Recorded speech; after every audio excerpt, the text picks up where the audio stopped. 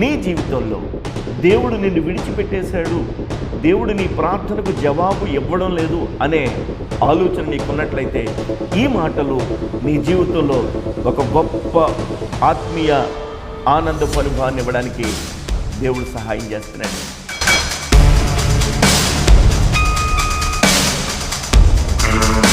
నీ జీవితంలో ఖచ్చితంగా తృణీకరించబడిన, నిందించబడిన, అపహాస్యం పాలైపోయినటువంటి ఇలాంటి పరిస్థితుల్లో ఉంటే మన దేవుడు నమ్మదగినటువంటి దేవుడని,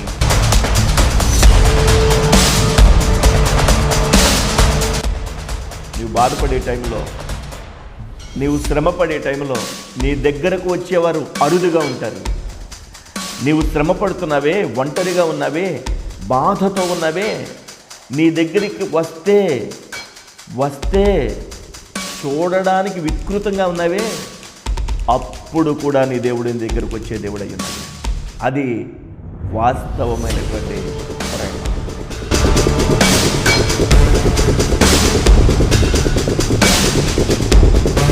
నిన్ను నీ దేవుడు విడిచిపెట్టేశాడా? నిన్ను నీ దేవుడు దూరంగా పెట్టాడని నువ్వు అనుకుంటున్నావా? నీ దేవుడు నీకు సహాయం చేయడం లేదా? నీ దేవుడు నీకు ఏమాత్రం పట్టించుకునే విధంగా కనిపిస్తున్నాడా?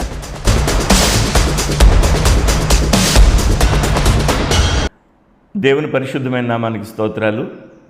మరొక్కసారి మీతో కలిసి మాట్లాడేటువంటి అవకాశం ప్రభు ఇచ్చినటువంటి యొక్క కృపకై దేవుని మహిమపరుస్తూ ఉన్నాను.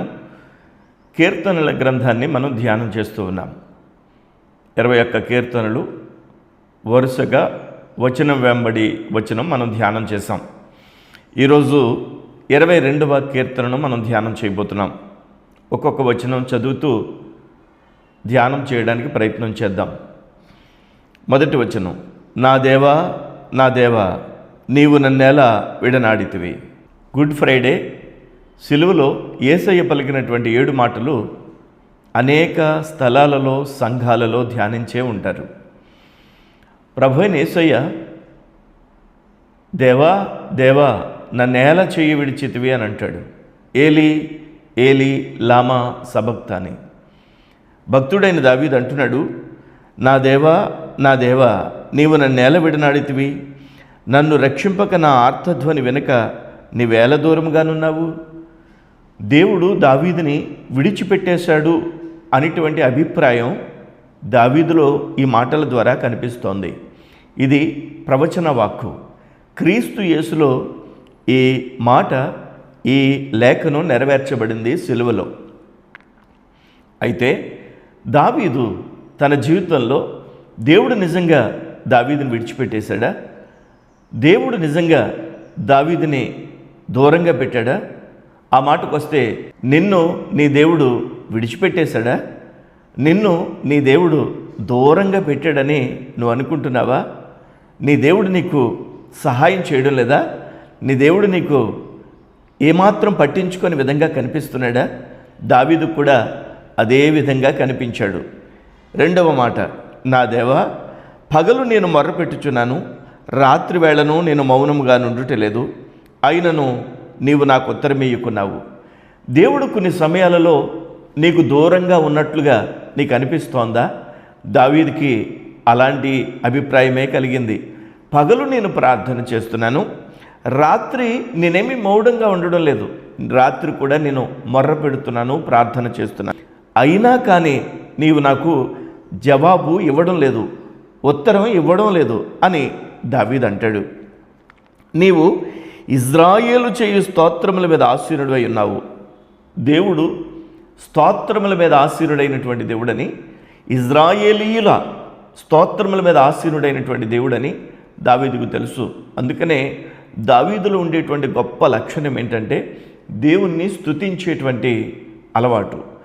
దావీదు దేవుణ్ణి స్తుతించినట్లుగా, దేవుణ్ణి కీర్తించినట్లుగా మరొక భక్తుణ్ణి బైబిల్లో మనం చూడలేము అనేటువంటి మాట యథార్థమైనటువంటి మాటే. ఇక్కడ 4వ వచనం చూస్తే, మా పితరులు నీ యందు నమ్మిక ఉంచిరి, వారు నీ యందు నమ్మిక ఉంచుగా నీ వారిని రక్షించితివి. నేనే కాదు ప్రభువా, ఇజ్రాయేలీయులు మా పితరులు నీ యందు నమ్మిక ఉంచారు, నీ యందు నమ్మిక ఉంచిన వారిని నీవు రక్షించావు, నీవు కాపాడావు అని తన పితరుల జీవిత చరిత్రను దావీదు గుర్తు చేసుకుంటున్నాడు. గత కాలంలో లేదా మన పితరులైనటువంటి ఆత్మ సంబంధమైనటువంటి మన పితరులైనటువంటి బైబిల్ గ్రంథంలో ఉన్న భక్తులు ఎడల దేవుడు చూపినటువంటి రక్షణను మనం గుర్తు చేసుకోవాలి. 5వ వచనం, వారు నీకు మొర్రపెట్టి విడుదల నొందిరి, నీ యందు నమ్మిక ఉంచి సిగ్గుపడకపోయిరి. ఆయన యందు నమ్మిక ఉంచిన వారు ఎన్నటన్నిటికీ సిగ్గుపడరు. సిగ్గుపడేటువంటి, అవమానపరచబడేటువంటి, ఓడిపోయినటువంటి, నిర్జీవం అయిపోయినటువంటి పరిస్థితులు కనిపిస్తున్న అలాంటి ఛాయలు వచ్చిన దేవుడు మనల్ని చేయి విడిచిపెట్టడు అనే మాట వాస్తవమైనటువంటి మాట. 6వ వచనం, నేను నరుడను కాను, నేను పురుగును, నరుల చేత నిందింపబడిన వాడను, ప్రజల చేత తృణీకరింపబడిన వాడను. దావీదు తనకు తాను దేవుని ఎడల ఎలా అభిప్రాయపడుతున్నాడో, ఎలా తనకు తాను దేవుని యందు కనపరుచుకుంటున్నాడో చూడండి. నేను నరుడను కాను, నేను పురుగును అని అంటాడు. అంటే తన పరిస్థితి పురుగును చూడండి, ఎవరైనా దగ్గరికి చేరదేస్తారా? పురుగును ఎవరన్నా గౌరవిస్తారా? దావీదు పరిస్థితి పురుగు వలె నిందించబడిన వానుగాను, తృణీకరించబడిన వానుగాను ఉన్నాడు. ఈ మాట ప్రభు అయినటువంటి యేసుక్రీస్తులో నెరవేర్చబడింది. యేసును గూర్చి తృణీకరించబడిన వాడాయను, నిందించబడిన వాడాయను అని చెప్పి ఆయనను గూర్చి మనం చూడగలం. ఆయన నిందించబడ్డాడు, ఆయన తృణీకరించబడ్డాడు. ఈ సమయంలో మన జీవితాల్లో నిందించబడిన, తృణీకరించబడిన స్థితి నువ్వు కలిగి ఉన్నావంటే ప్రభు అయినటువంటి యేసు అది అనుభవించాడు. దావీదు అది అనుభవించి తాను దేవుని యందు విశ్వాసము కలిగినటువంటి విరోచిత భక్తునిగా సాగిపోయాడు. 7వ వచనం, నన్ను చూచి వారందరూ పెదవులు విరిచి తల ఆడించుచు నన్ను అపహసించుచున్నారు అని అంటాడు. పెదవి విరుస్తారు, తలలు ఆడించి అపహసిస్తారు. నువ్వు వెళ్ళిన చోట 10 మందిలో నువ్వు ఉంటే నీ వైపు మిగిలిన 9 చూసి పెదవి విరిచిన సందర్భాలు నీకు గుర్తున్నాయా? నిన్ను సైగ చేసుకుని అవమానపరిచినటువంటి సందర్భాలు నీకు గుర్తున్నాయా? దావీదు అది తూచా తప్పకుండా అనుభవించాడు. ఈ మాటలో వ్రాయబడినట్లుగా యేసయ్య కూడా అదే అనుభవించాడు. పిలాతు ముందున్నప్పుడు ప్రజలందరూ కూడా యేసుక్రీస్తు ప్రభువారిని నిందిస్తున్నారు, హేళన చేస్తున్నారు, అవమానపరుస్తున్నారు. దయచేసి నీవు ఇలాంటి పరిస్థితుల్లో ఉంటే, నీ జీవితంలో ఖచ్చితంగా తృణీకరించబడిన, నిందించబడిన, అపహాస్యం పాలైపోయినటువంటి ఇలాంటి పరిస్థితుల్లో ఉంటే మన దేవుడు నమ్మదగినటువంటి దేవుడని నేను నీకు తెలియజేస్తూ ఉన్నాను. 8వ వచనం, యెహోవా మీద నీ భారము మోపము, ఆయన వారిని విడిపించునేమో, వాడు ఆయనకు ఇష్టడు కదా, ఆయన వారిని తప్పించునేమో అందరూ. యెహోవా మీద నీ భారం మోపము, ఆయన వారిని విడిపించునేమో, ఆయనకు ఇష్టడు కదా, ఆయన వారిని తప్పించునేమో అని ప్రజలు అనుకుంటారట. ఇష్టడు కదా దేవునికి, ఈ వ్యక్తి యొక్క భారం, ఆయన భారాన్ని దేవుని మీద పోసేమను, దేవుడు విడిపిస్తాడేమో అన్నట్లుగా వెటకారంగా మాట్లాడతారట, వెటకారపు మాటలు మాట్లాడతారట. 9వ వచనం, గర్భము నుండి నన్ను తీసినవాడు నీవే కదా. అవునా? నర్సు గారు కాదా? అక్కడ పురుడు పోసేటి వ్యక్తి కాదా? దావీదు అంటాడు, నా తల్లి గర్భం నుండి నన్ను తీసినవాడు నీవే. ప్రభు అయినటువంటి దేవుడు గర్భములో ఉండేటువంటి ఒక శిశువుకి బయటకు వచ్చేటువంటి అవకాశం దేవుడు ఇవ్వకపోతే రాగలడా? దావీదు అక్కడ నుండి తన యొక్క వ్యక్తిగత జీవిత చరమాంకను తను గుర్తు చేసుకుంటూ ఉన్నాడు. గర్భము నుండి నన్ను తీసినవాడు నీవే కదా, నేను నా తల్లి యొక్క స్తన్యపానము చేయుచుండగా నీవే కదా నాకు నమ్మిక పుట్టించితివి.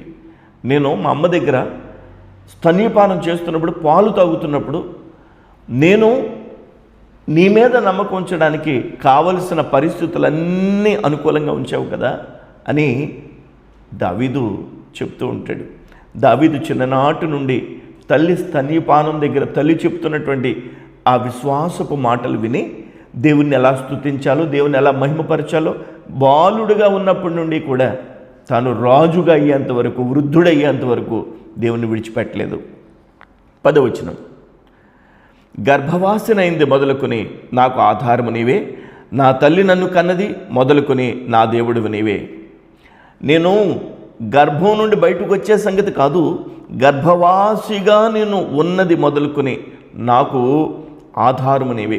నేను నా తల్లి గర్భంలో, నేను భూనివాసిగా కాదు గర్భనివాసిగా ఉన్నప్పుడు నాకు ఆధారం నీవే. నా తల్లి కన్నది మొదలుకొని నా దేవుడు నీవే. నేను భూమి మీదకి వచ్చినటువంటి ఆ తొలి క్షణాల నుంచి నా దేవుడు నీవే అని అంటాడు దావీదు. శ్రమ వచ్చి ఉన్నది, సహాయము చేయవాడెవడునో లేడు, నాకు దూరముగా నుండకము అని అంటాడు. శ్రమ వచ్చింది, సహాయం ఎవడు చేస్తాడు? నాకు దూరంగా నువ్వు ఉండొద్దు, నువ్వు నన్ను విడిచిపెట్టేసావా, నువ్వు నా ప్రార్థన ఆలకించడం లేదా, నాకు జవాబు ఇవ్వడం లేదా, నువ్వు నన్ను విడిచిపెట్టద్దు అని దావీదు చెప్తున్నాడు.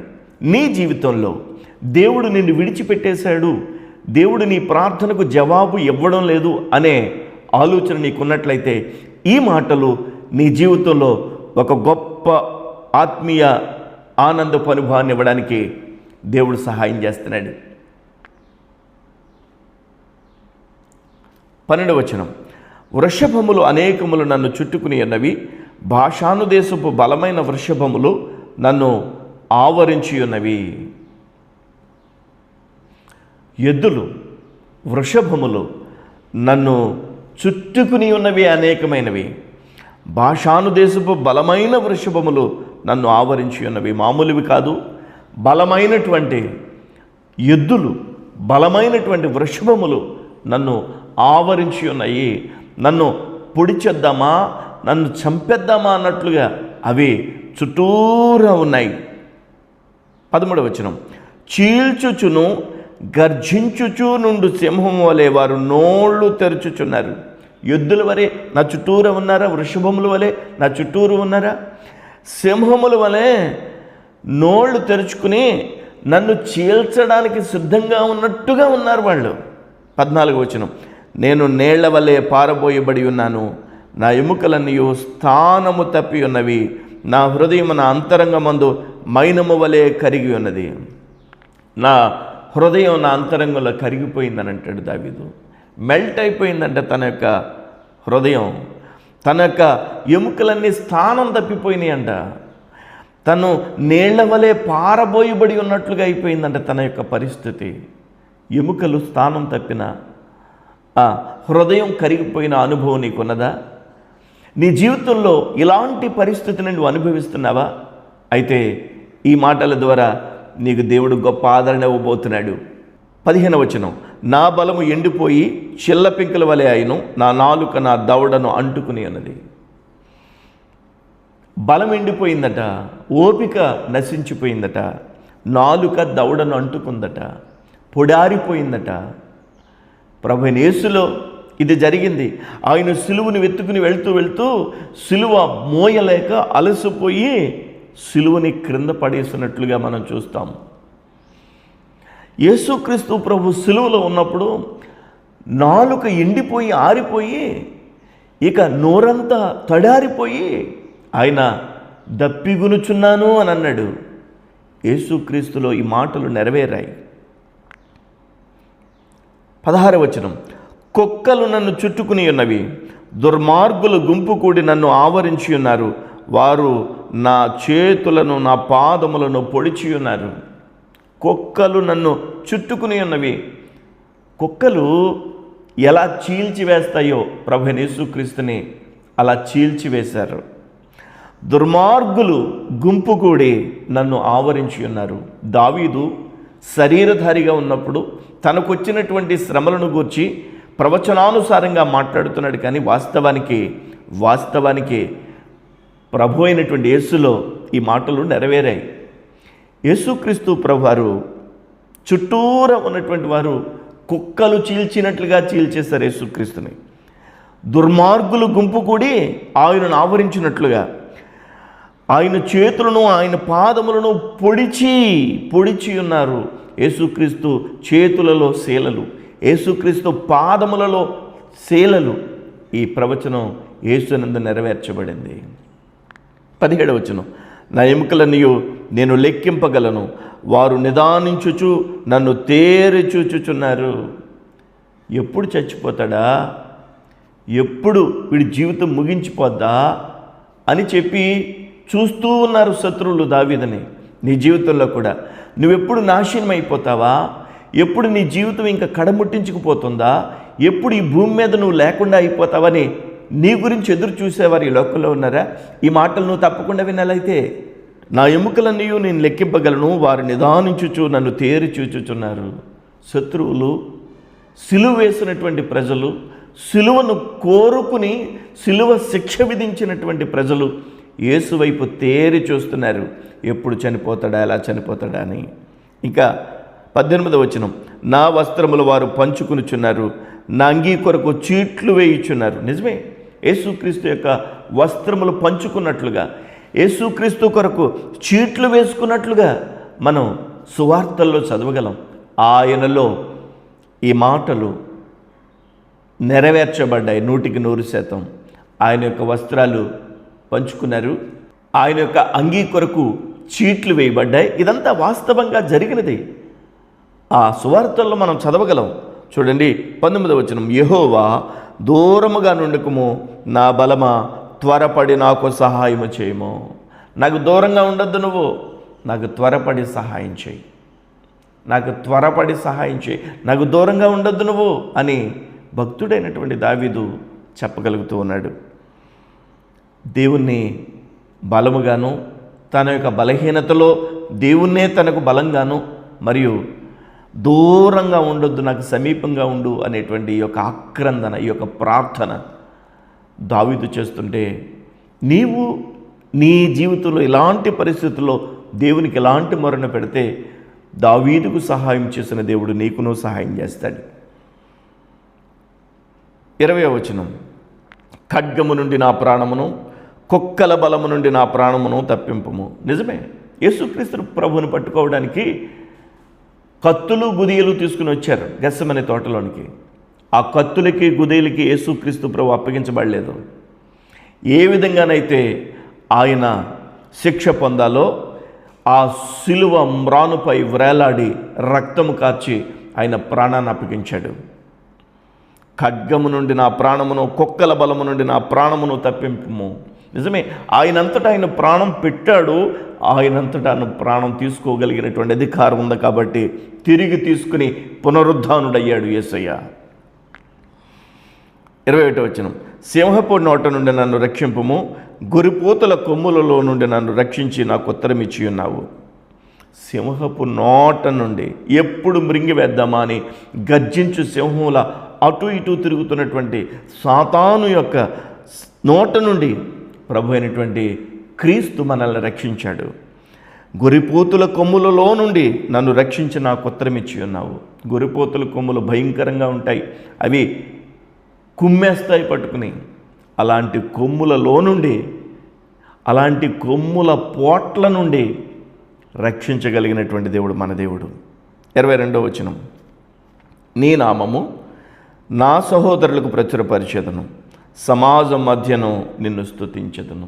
నేను నా సహోదరులకు నీ నామాన్ని ప్రచురపరుస్తాను, సమాజము మధ్యలో నిన్ను స్తుతిస్తాను. ఎక్కడ సమాజం మధ్యలో నేను నిన్ను స్తుతిస్తాను. దావీదు యొక్క ఆశ, దావీదు యొక్క కమిట్మెంట్.